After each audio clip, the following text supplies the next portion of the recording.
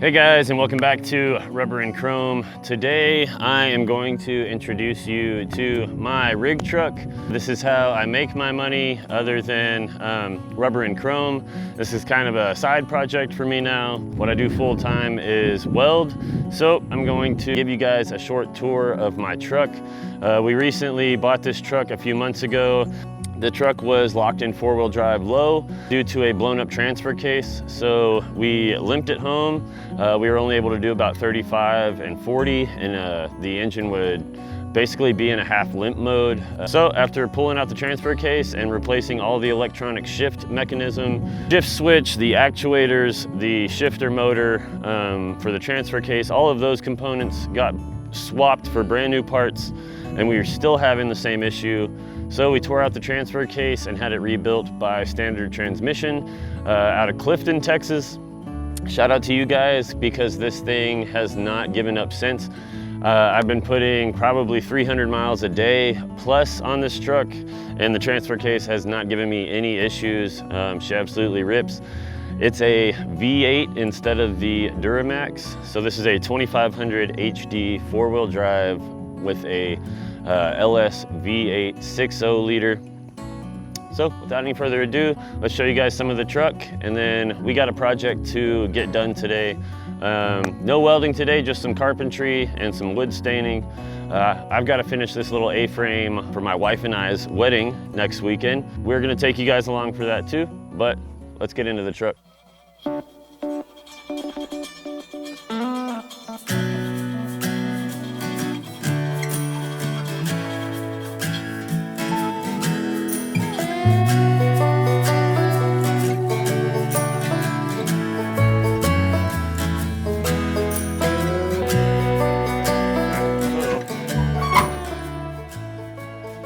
This is basically what I do all of my work out of. First of all, we got the Hoosier pole set up to store welding leads or fuel hose or extension cord, or I'll hang my hood or my hard hat on a job site off of these horseshoes. Normally you would see welding lead here or like a spool of extension cord. I also have an extension pipe inside of this top horizontal that is made for extending out off of the truck. This whole thing can swing around. I'll pull that pin over here, show you guys. Locking pin, pull it. Now this whole thing will swing.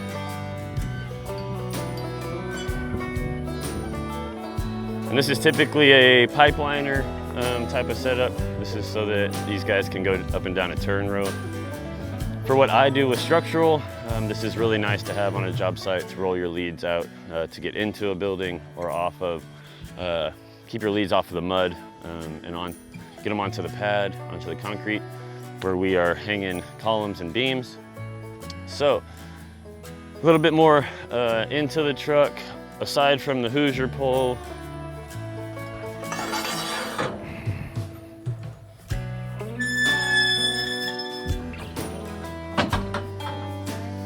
this vertical pipe with a couple more horseshoes out here is for an umbrella. I do also have a vise bolted to a plate that is welded to 2-inch square tubing. And that allows me to put this piece in my tow hitch down here. Pull the tow ball. This piece goes in here. That lets me set up my vise here. Normally I'll grab a wrench to hold that, but we'll just leave that like that for demonstration purposes. So that lets me have a vise off the back of the truck. And we've got our umbrella. Not any old umbrella, but this is a Pipeliner's Cloud, one of the best umbrellas on the market. This pulls out, sets up in just a few seconds.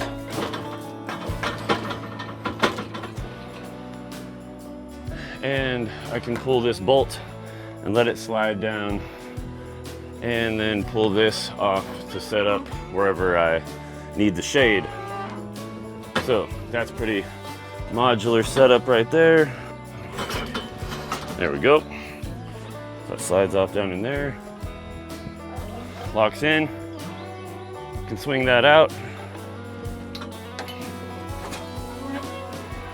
Now any of the work that I need to do off the back of the truck, I can have some shade, protection from the sun, or you can turn it to the side and get you some wind protection.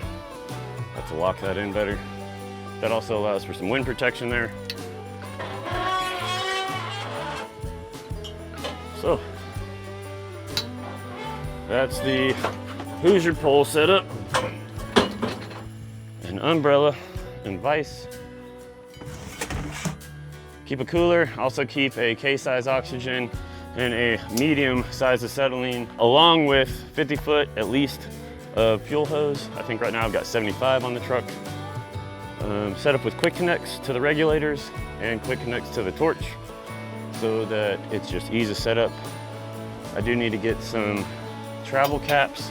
They do sell some yellow safety caps for these that you can keep your regulators on them, and the safety cap go over that, so you don't have to assemble every time.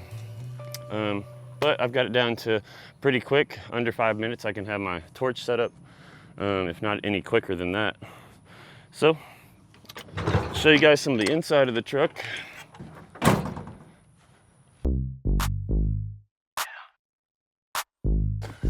Inside of this thing is super clean, other than what I've gotten dirty, obviously. The guy I bought it from did a pretty good job about cleaning it all out, but the interior was kept in pretty solid shape. There were seat covers on the back seats.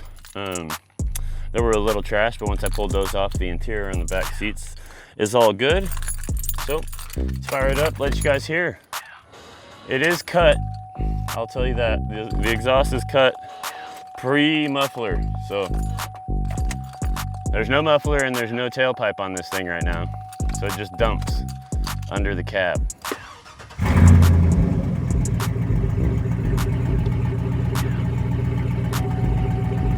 But she runs good. She gets me to and from work. And she's allowing me to make some steps to get my life where I've needed it to be for a long time. So I just wanted to say thank you to all of you guys for being patient. We're working our way up in subscribers now. We're over 200, so I'm definitely grateful to you guys for that. Also, with what I'm doing with my welding business, I don't know how much of that I'm going to be showing on the channel. I think I may start a separate channel for that business. I haven't really decided yet.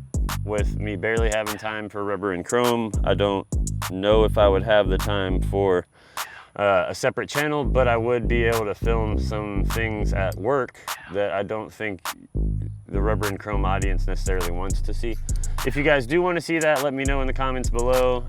If you guys are interested in more than just motorcycles and mini bikes, let me know. If you guys have enjoyed this video so far, click that like button, ding that bell if you've subscribed. Thank you. If not, hit that subscribe button. And do ring that bell so that you get notified when we post new videos. This is the truck. This is what I work out of. And it's also my daily for right now. A friend of mine had a tragic accident and lost their truck due to a total loss and needed a vehicle for a little while. So that's where my other daily is right now. And yeah, that's a little bit of life update for me. Now let's jump into the backyard and finish up this A-frame and get it ready for the wedding. Me and my wife are getting married next weekend in Port Aransas with some family and some close friends, a little small private wedding on the beach.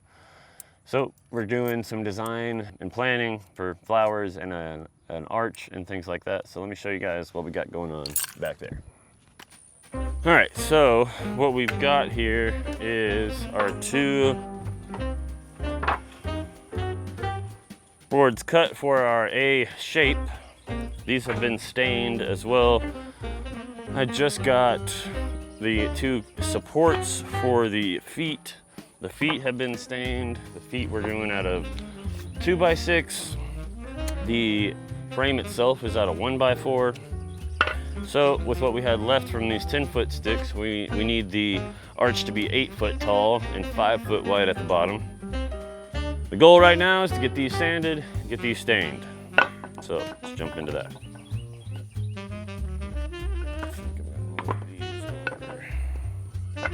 Really, I'm just going to be cleaning up all the corners, all the edges, getting all the kerf off, all the cut marks, smoothing up the corners.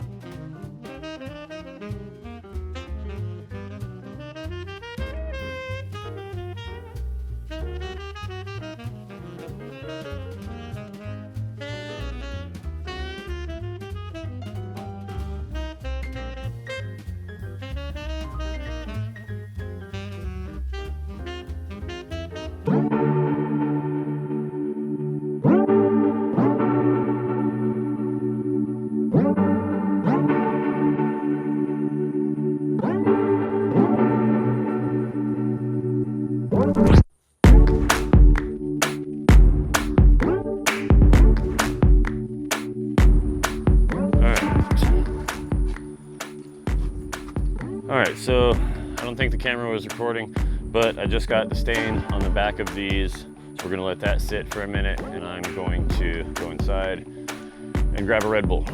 So we'll catch up with you guys here in just a second.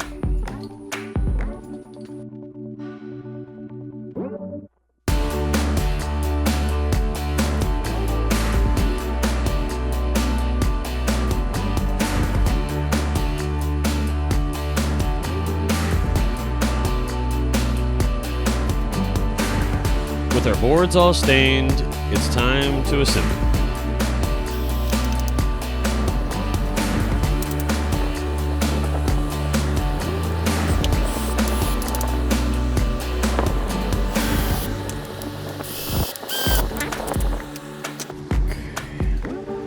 At this point, the arch is finally starting to take shape.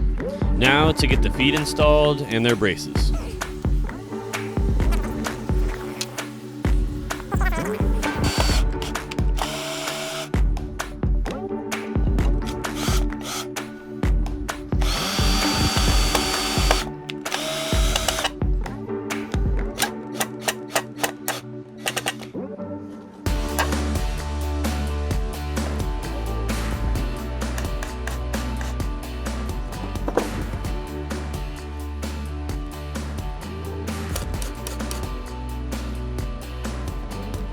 It was here that I realized I had drilled the holes parallel with the boards for the arch instead of perpendicular. We needed these feet to brace this arch in the wind, so we had to fix that real quick, but that only took a few minutes and we could move on from there.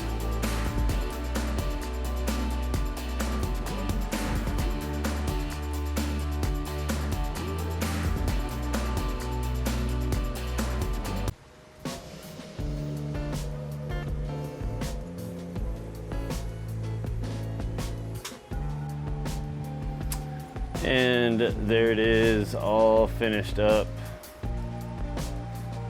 It actually came out really good. I think it looks really nice. Let me get you guys some close-ups.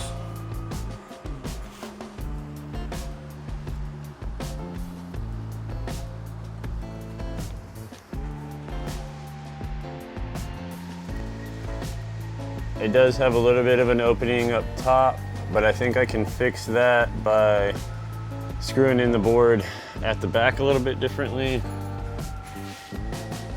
If I screw this in a little bit differently, I think I can tighten that up. So everything else looks good though. And as you can see, we've got the Chevy under the canopy. I have not had AC in this truck since I bought it, so the goal for today is to get under this hood and figure out where my AC system is leaking from and try to get it recharged with some Freon after we replace some parts or some seals. So I got a buddy on his way over. He just got off of work. He's gonna come by and help me kind of use this dye. I've never used this AC refrigerant with dye. And you either need glasses or you need UV light. So he's gonna come by and help me do that. We're gonna figure out the problem on this old girl. So stay tuned, and we got some more coming for you. So peace.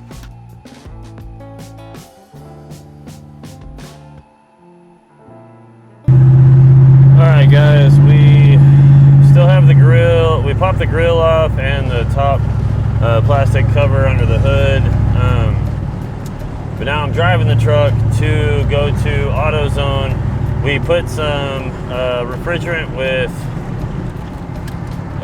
UV dye into the truck, and we found a leak at the condenser. Pretty good size hole at the condenser. So AutoZone's got one for a little over $100, 184 bucks, almost $200.